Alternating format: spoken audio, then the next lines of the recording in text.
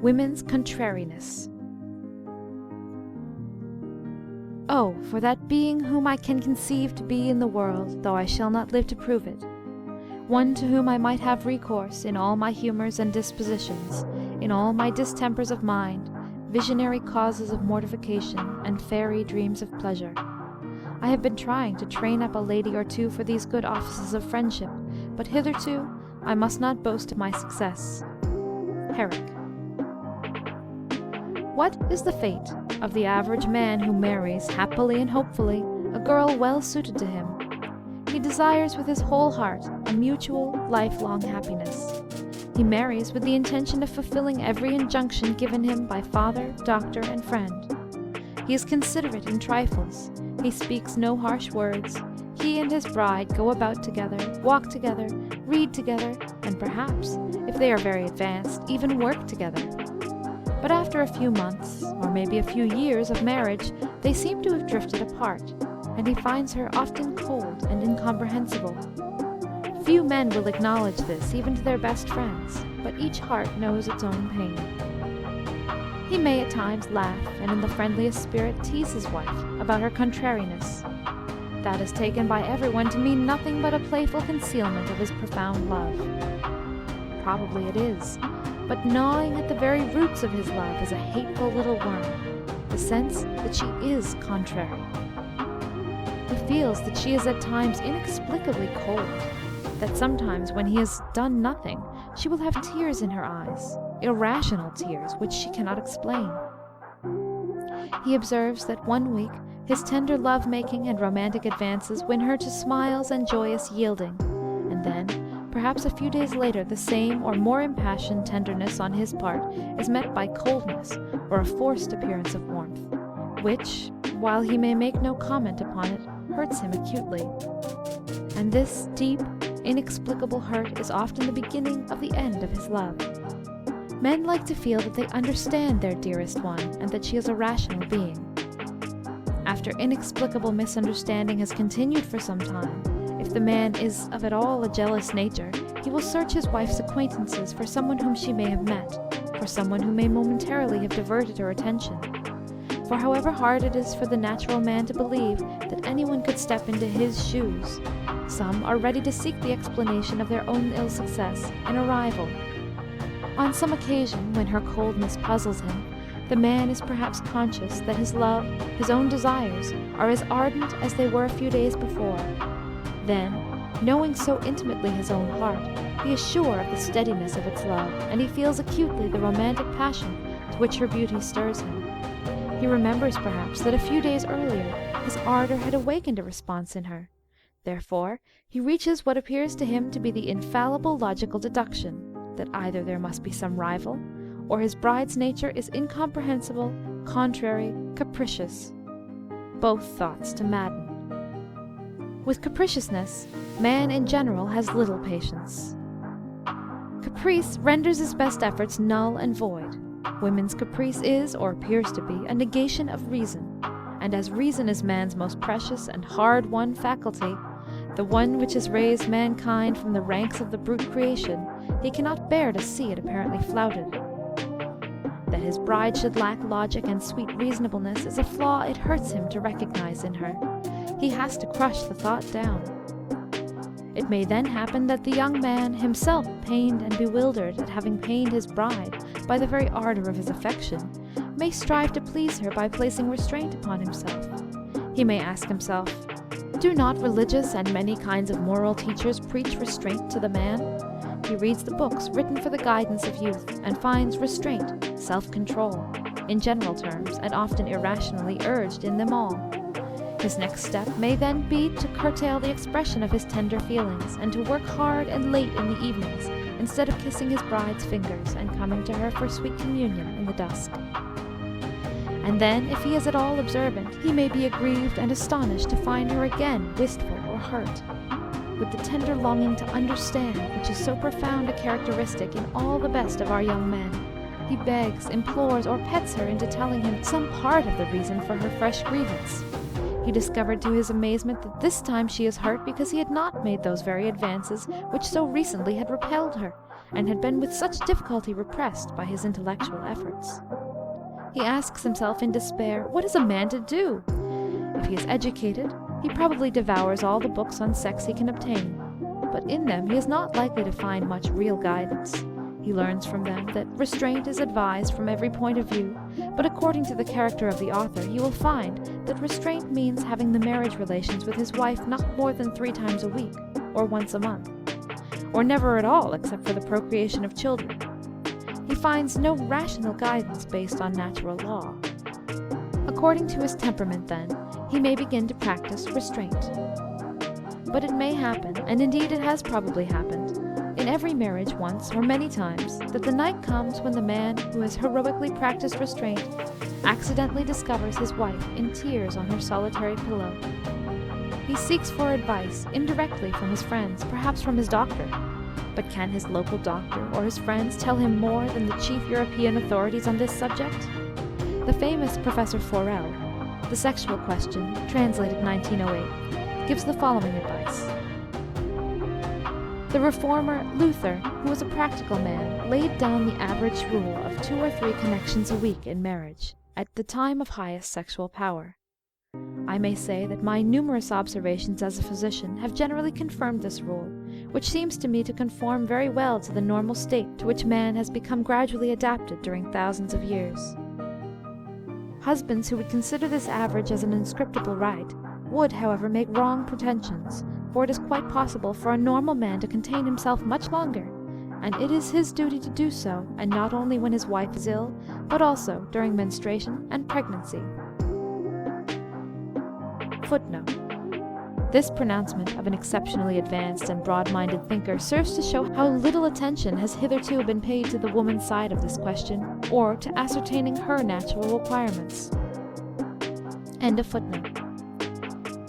Many men will not be so considerate as to follow this advice, which represents a high standard of living. But on the other hand, there are many who are willing to go not only so far, but further than this in their self-suppression, in order to attain their heart's desire, the happiness of their mate, and consequently their own life's joy. However willing they may be to go further, the great question for the man is, where? There are innumerable leaders anxious to lead in many different directions. The young husband may try first one and then the other, and still find his wife unsatisfied, incomprehensible, capricious. Then it may be that, disheartened, he tires, and she sinks into the dull apathy of acquiescence in her wifely duty. He is left with an echo of resentment in his heart. If only she had not been so capricious, they would still have been happy, he fancies. Many writers, novelists, poets, and dramatists have represented the uttermost tragedy of human life as due to the incomprehensible contrariness of the feminine nature. The kindly ones smile, perhaps a little patronizingly, and tell us that women are more instinctive, more childlike, less reasonable than men. The bitter ones sneer or reproach or laugh at this in women they do not understand, and which, baffling their intellect, appears to them to be irrational folly. It seems strange that those who search for natural law in every province of our universe should have neglected the most vital subject, the one which concerns us all infinitely more than the naming of planets or the collecting of insects. Woman is not essentially capricious. Some of the laws of her being might have been discovered long ago, had the existence of law been suspected. But it has suited the general structure of society much better for men to shrug their shoulders and smile at women as irrational and capricious creatures, to be courted when it suited them, not to be studied. Vaguely, perhaps, men have realized that much of the charm of life lies in the sex differences between men and women, so they've snatched at the easy theory that women differ from themselves by being capricious. Moreover, by attributing to mere caprice the coldness which at times comes over the most ardent woman, man was unconsciously justifying himself for at any time coercing her to suit himself. Circumstances have so contrived that hitherto the explorers and scientific investigators, the historians and statisticians, the poets and artists, have been mainly men. Consequently, woman's side of the joint life has found little or no expression. Woman has been content to mold herself to the shape desired by man wherever possible, and she has stifled her natural feelings and her own deep thoughts as they welled up. Most women have never realized intellectually, But many have been dimly half-conscious that woman's nature is set to rhythms over which man has no more control than he has over the tides of the sea. While the ocean can subdue and dominate man and laugh at his attempted restrictions, woman has bowed to man's desire over her body, and regardless of its pulses, he approaches her or not as is his will. Some of her rhythms defy him. The moon-month tide of menstruation, the cycle of 10 moon months of bearing the growing child and its birth at the end of the 10th wave. These are essentials too strong to be mastered by man. But the subtler ebb and flow of woman's sex has escaped man's observation or his care.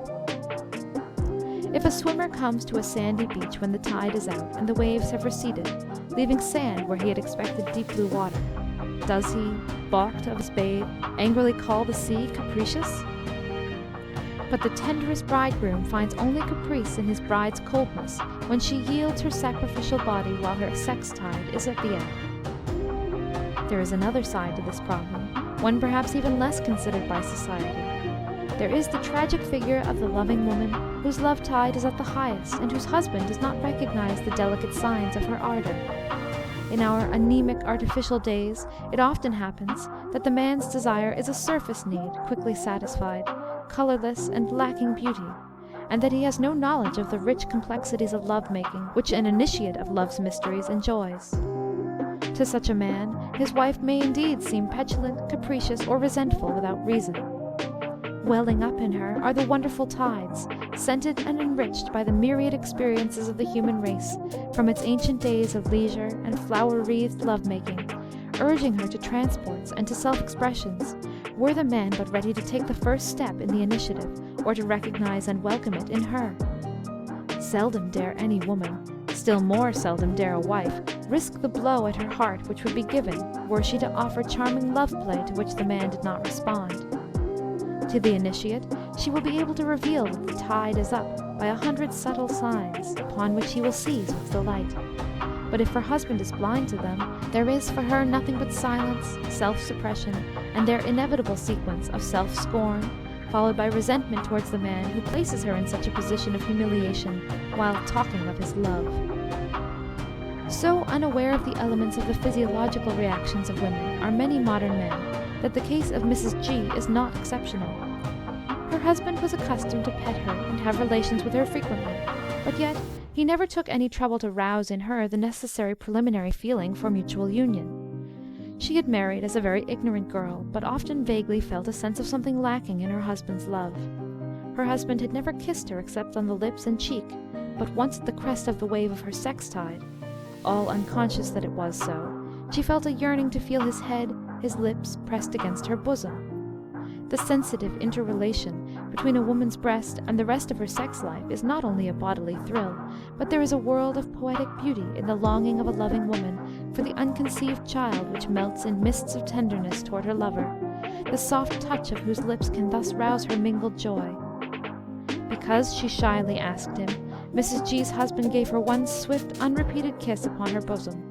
He was so ignorant that he did not know that her husband's lips upon her breast melt a wife to tenderness, and are one of a husband's first and surest ways to make her physically ready for complete union. In this way, he inhibited her natural desire, and as he never did anything to stir it, she never had any physical pleasure in their relation. Such prudish or careless husbands, content with their own satisfaction, little know the pent-up aching or even resentment which may eat into a wife's heart, and ultimately may affect her whole health. Often the man is also the victim of the purblind social customs which have made sex knowledge taboo. It has become a tradition of our social life that the ignorance of woman about her own body and that of her future husband is a flower-like innocence.